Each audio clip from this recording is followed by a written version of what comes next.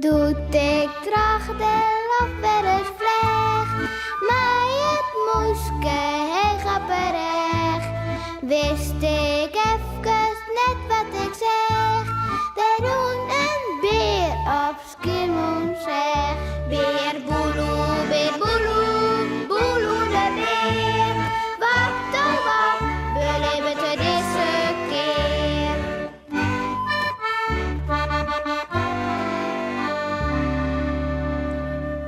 Opvleenen. Wist nog dat Sipke en Beboeloe juster in het bos zochten om biense bopperslag de kabouter? Ze wonen hem vreegje wat vogelgriep is. En waarom kekeltje de hin en Piekje, Beppe, Broerke en Hendrikus de hele winter opsluiten zitten matten in haar hok? Ja, een meisje bedenken gauw zulke vreemde dingen. Dat komt omdat ze overal bang van binnen. Zei het Wietse wiesprater.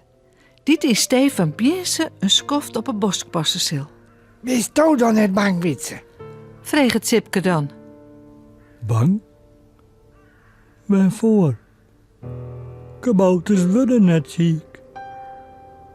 En als wij daar gaan, is dat voor ons een moment van sliep.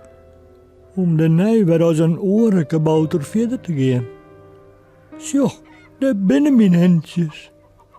En ja, daar rint een keppeltje mooie witte hintjes in de bosk. Mooi, hè? Vindt Wietse. Maar als Beerboeloe en Sipke weer op huis omgaan, binnen ze net een soort wiezer worden. Bang? Ziek? Sliepen? Snap je er wat van, Sipke? Nou ja, meesten binnen dus overal bang voor. En daarom hadden we Kekeltje, Broerke, Beppe en Hendrikus nou ophakje. Ik geloof dat het zo ongeveer is. Tja, nou, daar kunnen we net een soort onder de hand, denk ik. Zei Beerboeloe dan. Miauw, hoi, ik ga goed meis. Miauw.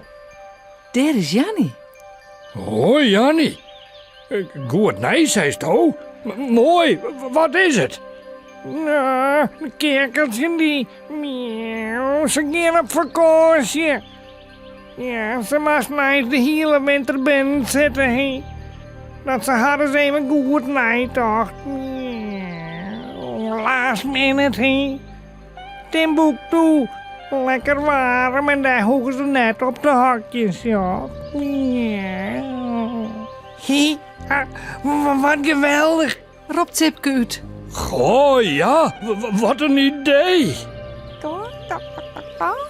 Oh jongens, daar haast Piekje ek al.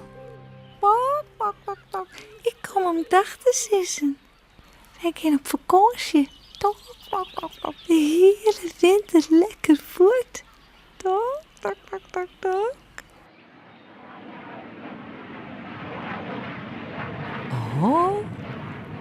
gaat het vleentuig al. Zullen we even zwaaien?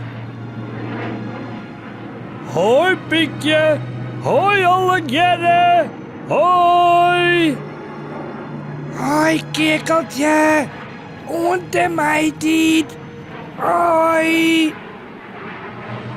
Hoi, Kekeltje. Hoi, goeie reis.